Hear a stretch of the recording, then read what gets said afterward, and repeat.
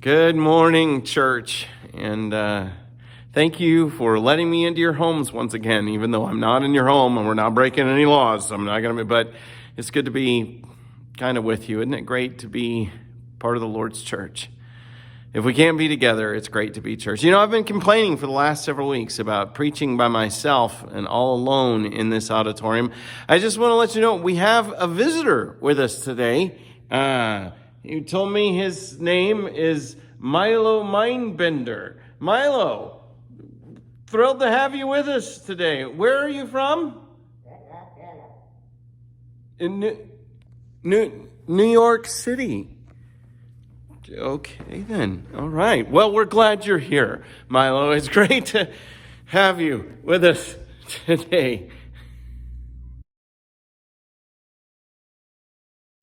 Well, church, all silliness aside, I'm going to go ahead and get right into our preaching this morning. I hope you're blessed. I really do. I know these are strange times, and I hope that you are bearing up well. I know that many of you are. I've gotten to talk to several of you, and I just want to take a moment and encourage us as a church to be a blessing to one another if we can. Make phone calls, send each other cards or texts.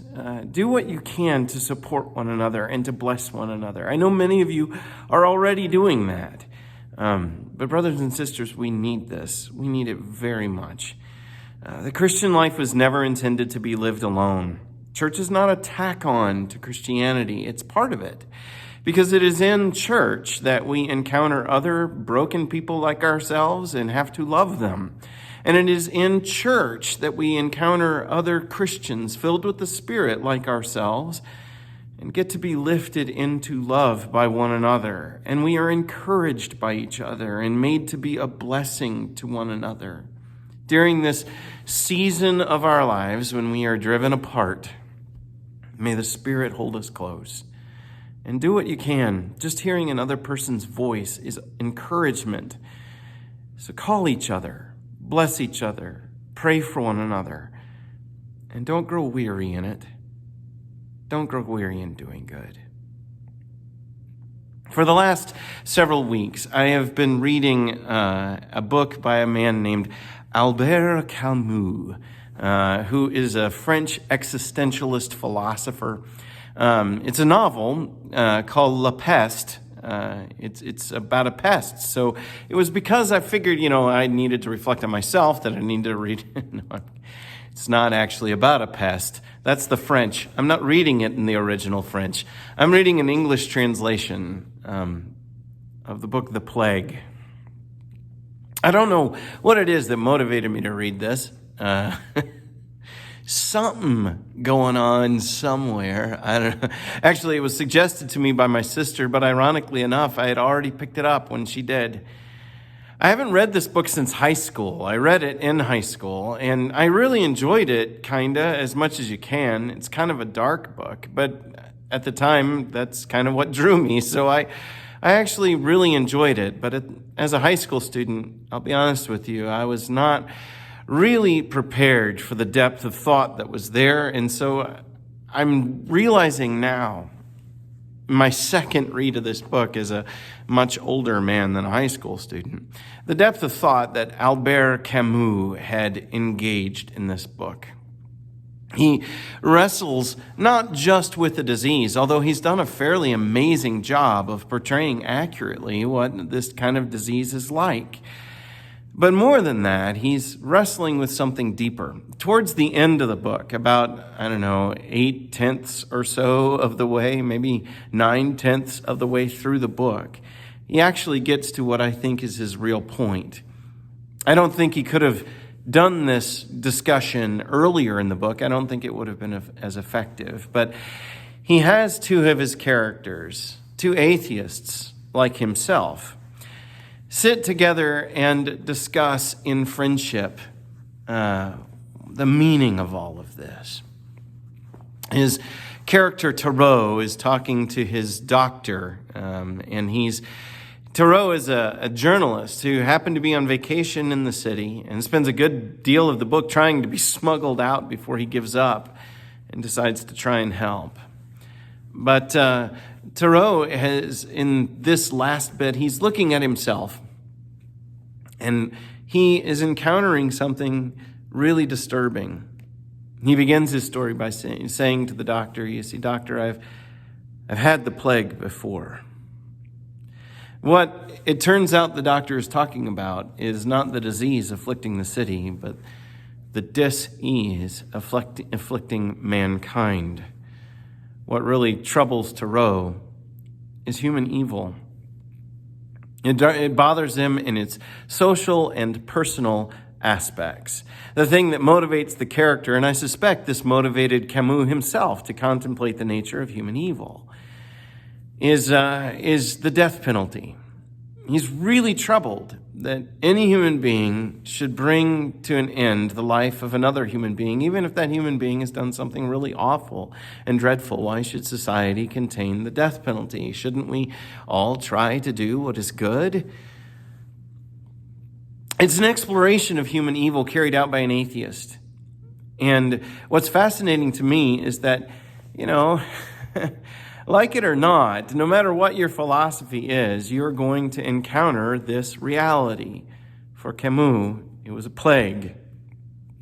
For the Christian, it's recognized as sin. We know what it actually is. This is not just a sickness, but a wickedness, a breaking of our nature. We become less than what we are meant to be. And Camus just doesn't have the eyes to see that, or he has rejected the eyes to see that. I have not. I have not. And as I read this book, I find myself reflective, not just on human evil generally, but on my own troubling weakness, brokenness, evil. During the time of this unrequested isolation that has come upon us, I suspect many of us have entered into a kind of contemplative place. I know I have. I haven't entered into contemplation because I'm bored. In fact, I'm busier than ever. But like it or not, in the last week or so, I have found myself encountering weakness that I really prefer was not there. In the burden of my stress, I have found that I am encountering anxiety levels that it shouldn't be there, and anger that shouldn't be there. Things that are deformed for a follower of Christ. Not the man I want to be yet. Not the husband I wish I was. It all makes me very sad.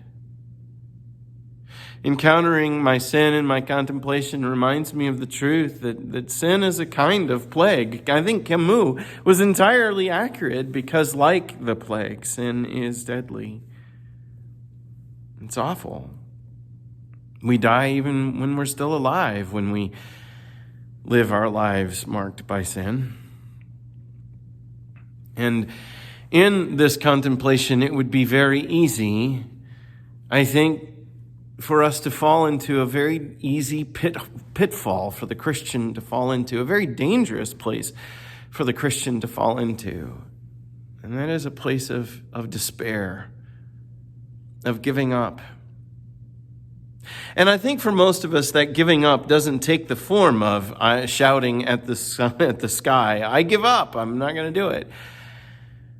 I think for most of us, there's a far more pernicious and dangerous kind of surrender that happens when we say to ourselves or to God, well, this is what the cross is for anyway. This is as good as I am going to be, and this is as free from evil as I am going to get. I'm good enough.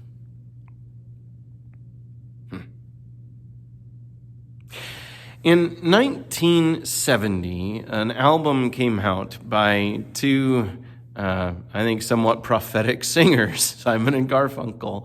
And there's a song on that album. The album is Bridge Over Troubled Water, but it's not that song that I'm so drawn to. I think the best song on the album is another one that is about the danger of surrender. the danger of giving up, and the need when we are near to giving up to be confronted.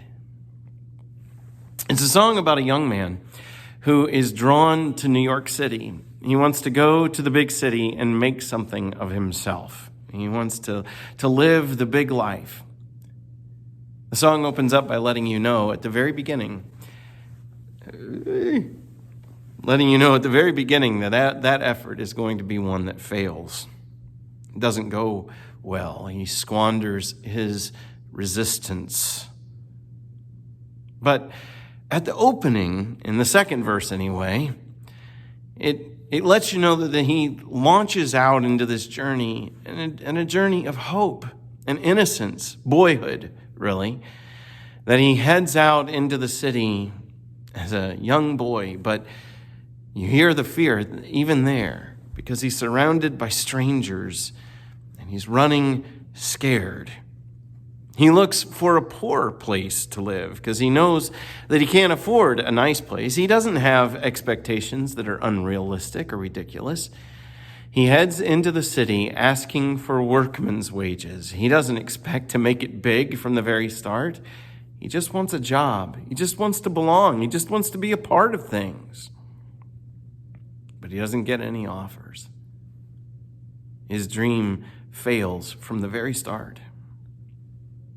He reaches a low point of loneliness and desperation and sorrow because even the only place he has to find comfort is the prostitutes wanting to do their job. At least they treat him as a potential customer. At least they see him as human when no one else does. No one else even sees him. The cruel indifference of the city reaches its saddest point in the fourth verse, where he's laying out his winter clothes and wishing he was home. Going home where the New York City winters aren't bleeding him. See, he's given up. He knows that his dream was ridiculous and that it's not going to work out. That he's a failure. So he packs up his clothes, looks around that dingy apartment one last time, the place that's been prison as much as home, and heads for the home of a failure. He steps out into the city streets, into the cold, biting winter, and he's on his way to that railway station that brought him there. And on his way, he passes a courtyard in the city, a clearing where he has an encounter. There's nothing in the song to suggest it's a conversation, but it's an encounter. Because in that clear space, well, let me just read the lyrics. In the clearing stands a boxer and a fighter by his trade, and he carries the reminders of every glove that laid him down or cut him, till he cried out in his anger and his shame, I am leaving, I am leaving. See, that's the cry of someone giving up. The cry of the boy, the narrator of the song, his own heart. I am leaving, I give up. I can't do this anymore. I am leaving. I am leaving. But the fighter still remains. That man standing in the courtyard, that he doesn't even talk to the man. He just sees him and sees that even though he wants to give up, the boxer has not. And the question comes to the narrator of the story, will you? I think one of the main reasons the song is so powerful is because it doesn't answer that question. It leaves you wondering, did he give up? It enters into that long chorus of the song with no words, just lie, lie, lie, lie, over and over again. And the song swells because I think the boy is feeling this inner turmoil of not wanting to give up. The music settles into a resolution that I like to think suggests that he went back and rented that room for one more week. Because of that encounter with that beaten, broken man who goes back to fight one more fight, I think the boy goes back to fight one more time. But the real power is it leaves the song questioning, is that what happened or no? And it doesn't answer it for you. And I think the reason it's doing that, the reason I think it communicates so powerfully with so many of us, is because it ends really asking you a question. Are you going to give up? Are you going to settle? Because we are engaged in a fight against something that is so much stronger than we are. The plague, sin, evil. And it's not a fight that we contend with on the outside. We experience the consequence of the fight around us when we behave and we see what we do, but the real fight is fought within. The battle against the brokenness inside of us. And it is so frustrating because it's a fight we lose again and again and again until we just want to give up. We want to tell God, hey, you've saved me. Well, this is as good as you get from me. I'm trying, and this is the best I can do. You and I will just have to settle for this. Folks, that's not true. It's never been true. And what you and I need is an encounter with a scarred man. Not a scarred boxer, but yes, a scarred fighter. One who contended in a fight, not for our entertainment, but for our salvation and for our rescue. One who came and did battle for our souls.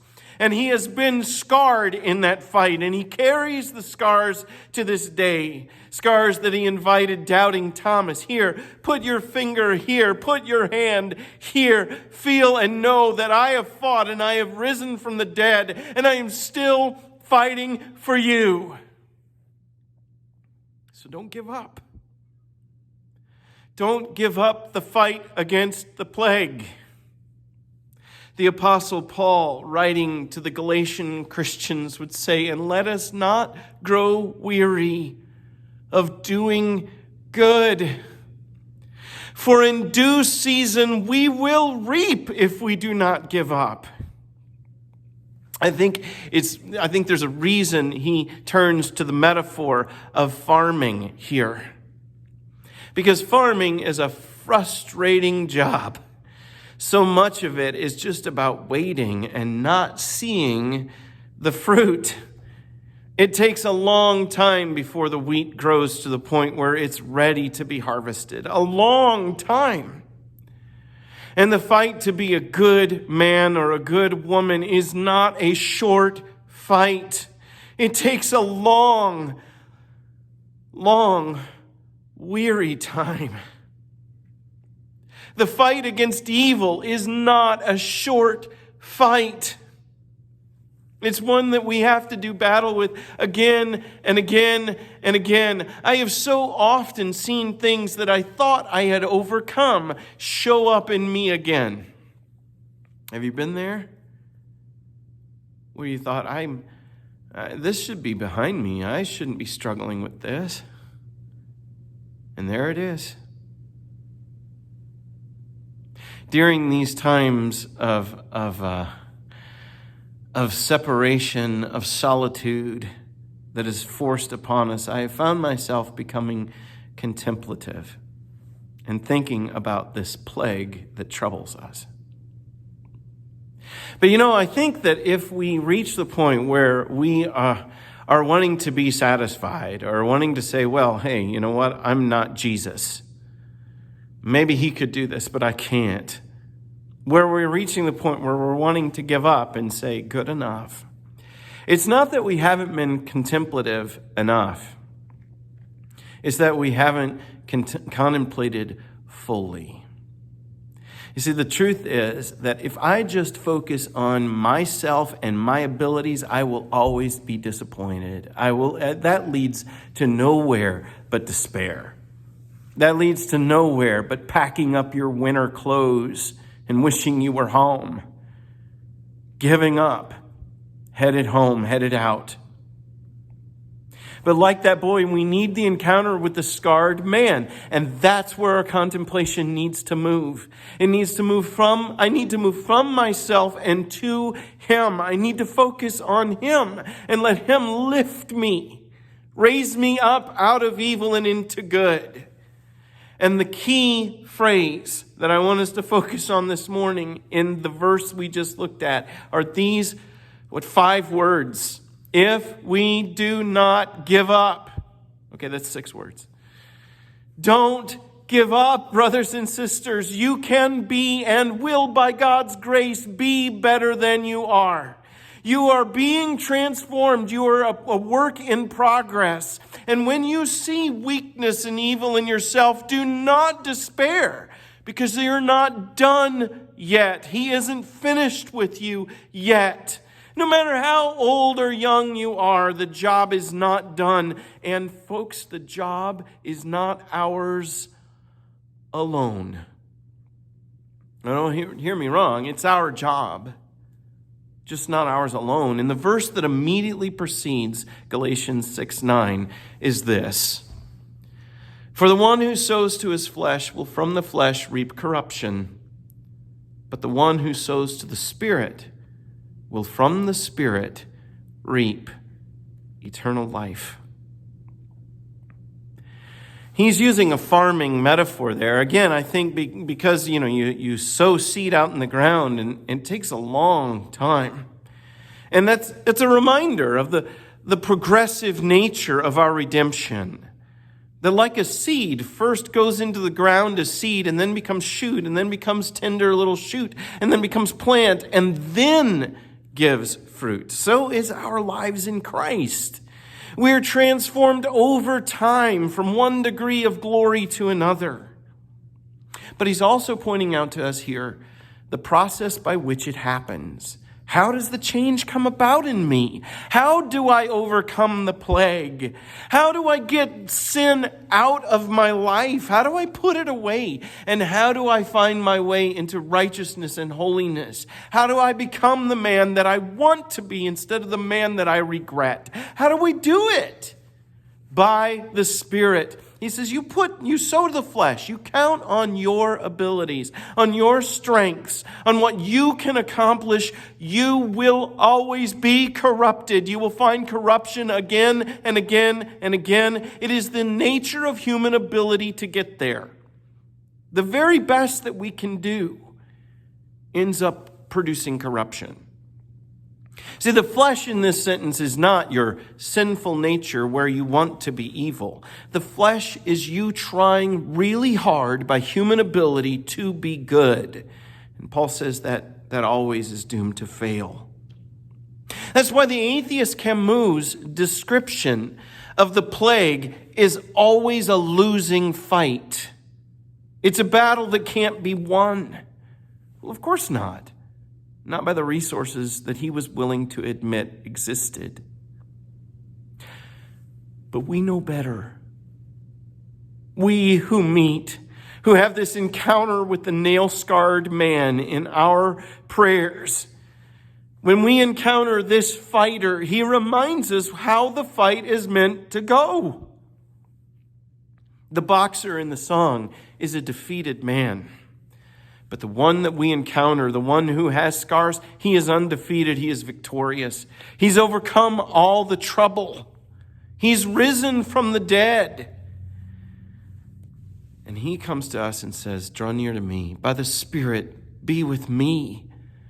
You're not strong enough for this, but he is. And he says to me, come to me and let me fight for you. Let me fight in you. Let me fight with you. And as you do battle together with him, you can succeed. You can grow in goodness, and evil can wither away within you. but it is all by his strength, all by his power, not by ours. So when I contemplate my evil, I'm accurate, but I'm incomplete. It's true to say that I am still a broken man, struggling, wishing I was better than I am. That's all true, but it's not finished. Because in order to really finish the thing and keep from falling into despair, I must contemplate Jesus Christ, my Lord. In him, there is victory. In him, there is success and freedom. And in his scars, I find myself made whole. Don't give up, church. Don't grow weary in doing good. Continue to be a blessing in every way that you can, and continue to fight the good fight. And when you find yourself growing weary, turn to Jesus. Settle yourself into prayer, into contemplation of him, and let his scars make you whole again. May God bless us and keep us from growing weary in the fight of love.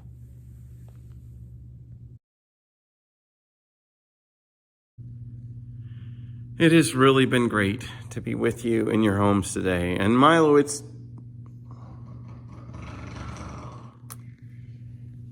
been great to have you here too.